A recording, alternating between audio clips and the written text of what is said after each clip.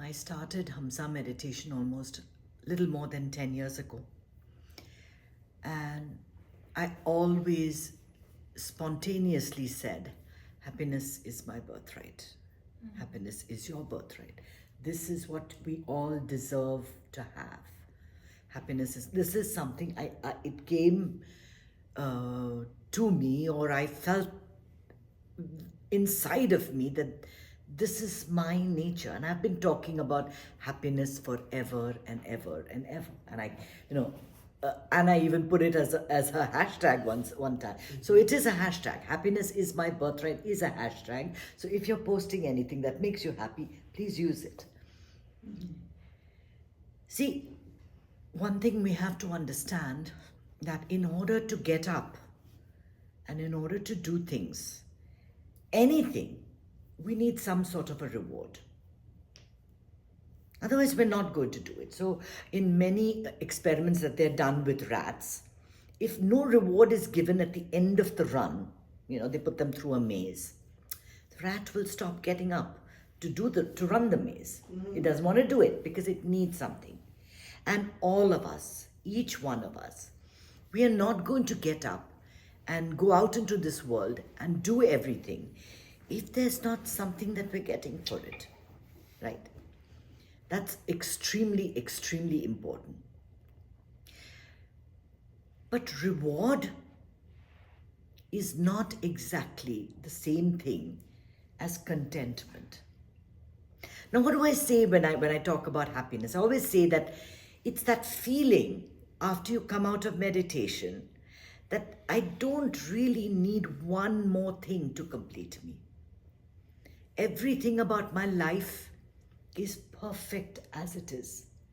In that moment, as I rise out of meditation, it's a feeling that my life may not be perfect, but my life is complete. It is just exactly as I want it to be in this moment. I don't want anything more.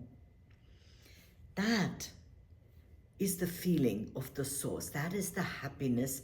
That is the source. And you have to understand one thing, that when we talk, that the language warps everything.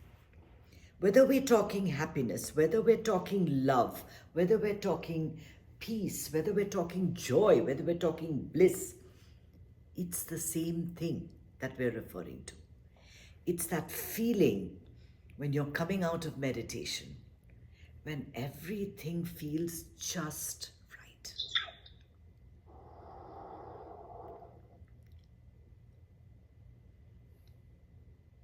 Now, many of us have confused happiness with pleasure. Why is that? We understood in between our lives, perhaps as a very remote memory, as a very remote thought, there was this feeling of floating, of being protected, of being cosseted, of having everything exactly the way it was supposed to be. And we long for that feeling. We want that. We want that in our daily lives. We want that. We want to project that in our daily lives. But we are born as human beings. And because we are born as human beings, we have minds. And the only way we connect to the world outside is through our senses. And everything in our world is seen as an object. Now, when you're talking about happiness and contentment and joy and completeness, this is the feeling of the subject, the one who is trying to achieve the same thing as a human being. But now we're looking for it in objects. We're looking for it in objects. And the teaching always tells us, you can never find happiness in the world.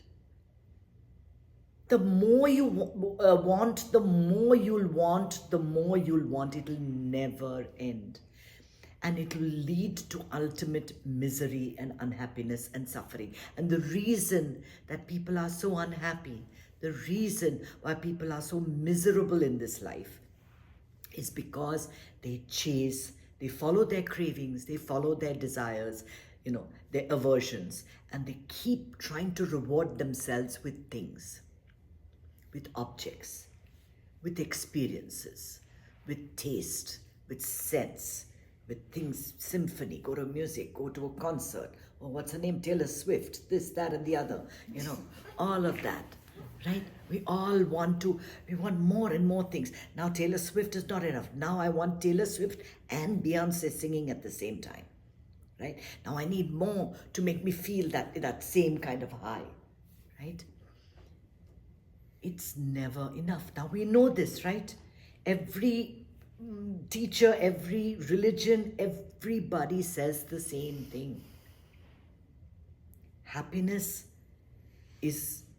lasts forever, but pleasure doesn't. Pleasure doesn't. So what is the difference between happiness and pleasure?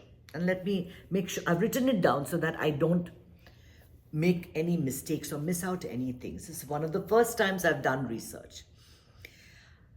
I have been talking about happiness for a long time, but I came across a video by Dr. Robert Lustig, and I will forward that video. That is the original, okay? This is not the original. I am just paraphrasing what he said because it made so much sense to me, because I have been saying this all my life and not known what the science behind it is, right? What is it that makes happiness so rewarding and so complete, whereas pleasure so much in lack, leaving us so much in lack, as if we don't have enough. They get it all, they get it all, they get it all, we have nothing. Why is it that we feel that way? So, pleasure is something that's short term. It's there and it's gone. We know that, right?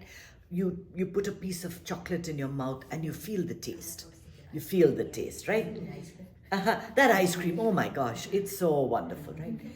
And then after a while, that feeling goes away.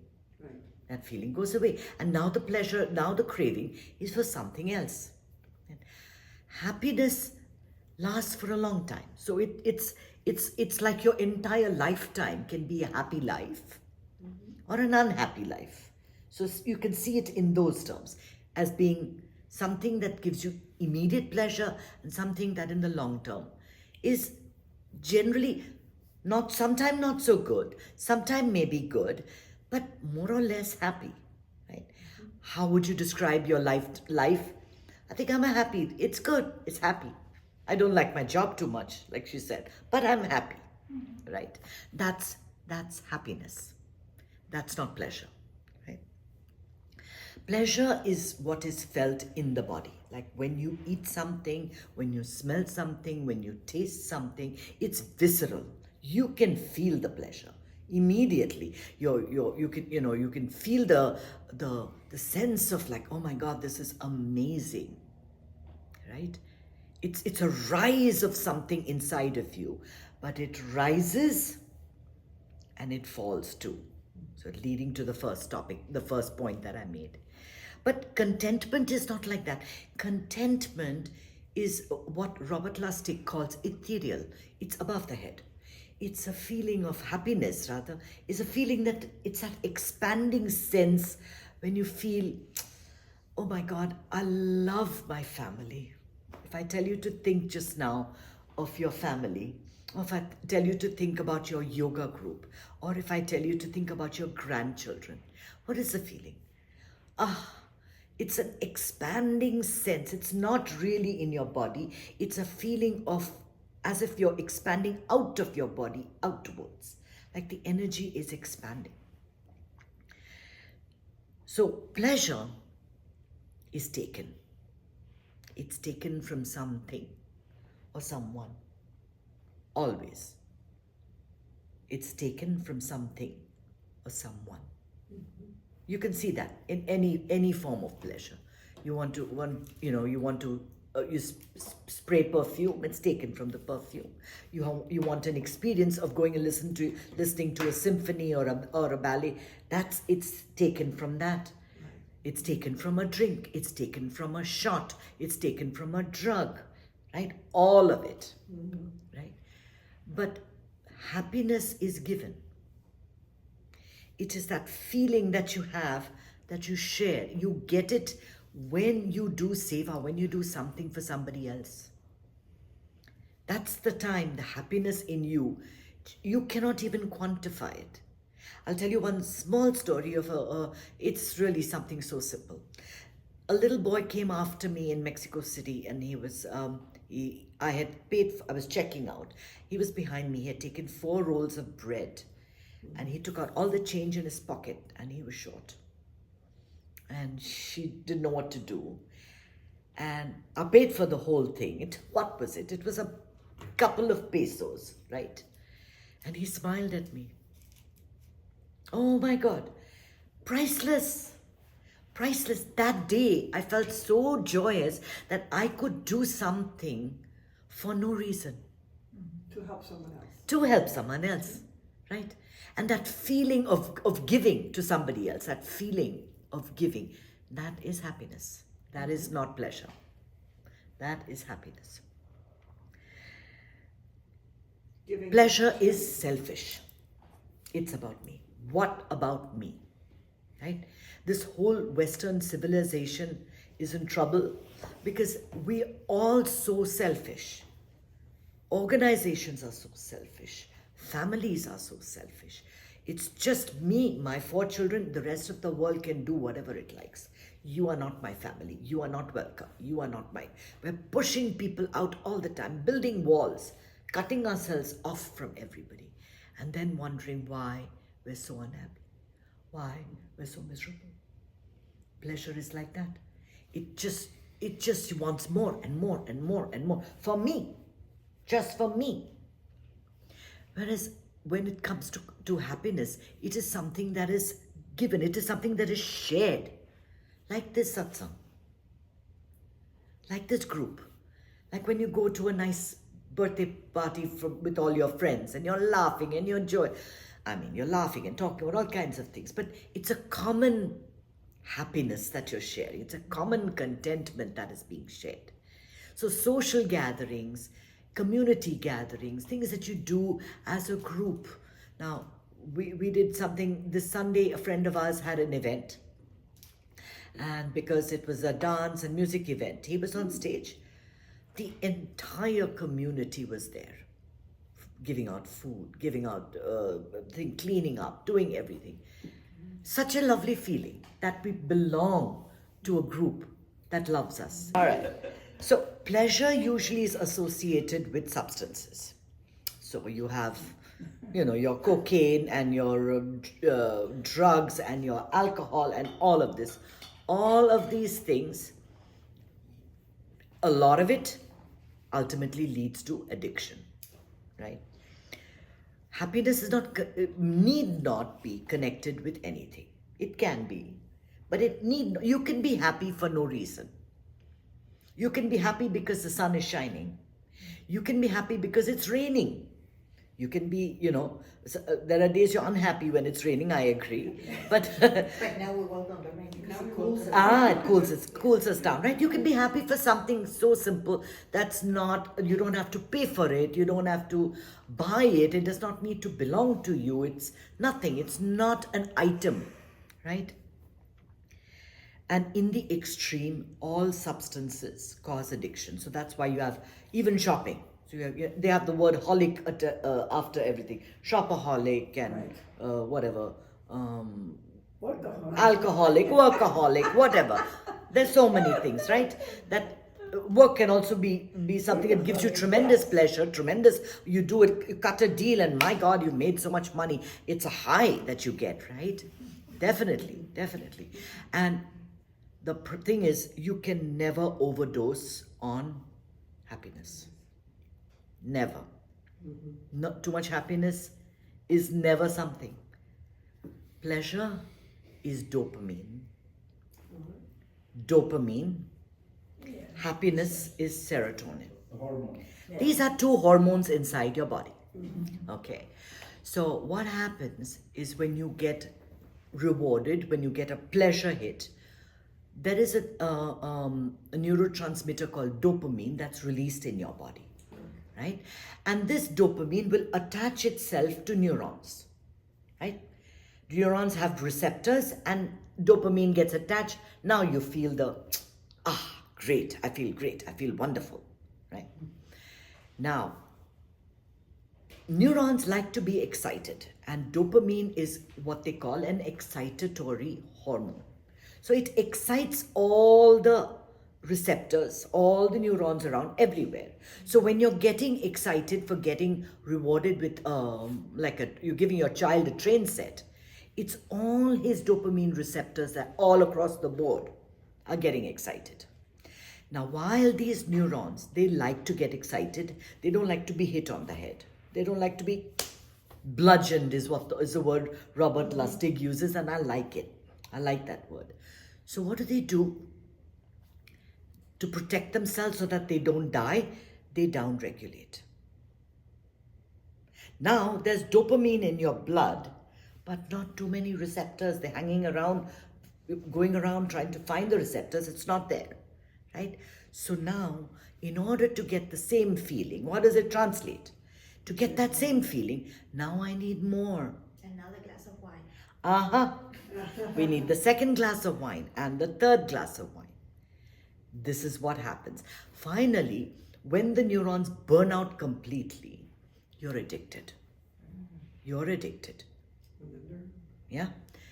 Now, serotonin is a different type of a hormone. It is not an excitatory hormone. It is what they call an inhibitory hormone. It inhibits the cells around it, the neurons around it. So there's no danger of it being overstimulated and dying, right? So no amount of serotonin is too much. It's not going to downregulate because it's not getting damaged. It's not, connecting to every single neuron in your body. So it's not getting damaged, right? The only thing that kills serotonin, there's one thing. Sadness, depression. Dopamine. Oh. The only thing that kills serotonin in your body is dopamine. So if you have too much pleasure, you're not happy anymore. Now, does that make sense? Does that connect to what I said earlier? See, that's why I love this. When he said that to me, I'm like, this is it. This is it. Now we know why. Now we know why we should not chase the pleasure and we should remain in happiness. What are the things that make you happy? That can make you happy. I've given the pointers, the things that to understand the difference between happiness and pleasure is really important, because in the way we raise our children, how do we raise our children? Oh, if you're good, I'll give you a piece of candy. Oh, if you're good, I'll give you... You see, we train them in this pleasure game to constantly get these dopamine hits. Hit. Finally, there's burnout. There is burnout. And this is something we need to understand. This is what we're doing to ourselves. We're constantly pushing ourselves. Now, serotonin is such a hormone that if it stops working, you are in anxiety, you are in depression. And at that point, you do require medication. But we can promote serotonin just by what we're doing, by the breathing and the meditation. Just doing that every single day it releases serotonin in your body. It reduces cortisol. So we have a lot of interplay, and I'm not going to go into cortisol this time, but long story short, happiness is your birthright. You can access it. Practicing meditation, working out every day, eating nutritious food, participating in community activities. These are things that combat the dopamine effect. This world is only going to give you misery, is only going to give you sadness. As long as you think that there's something out there that's going to make you complete and happy, you're completely lost. You're completely lost. So this is the knowledge, and this is the science behind it, and now what you do with it is your choice. Om Namah Shivaya.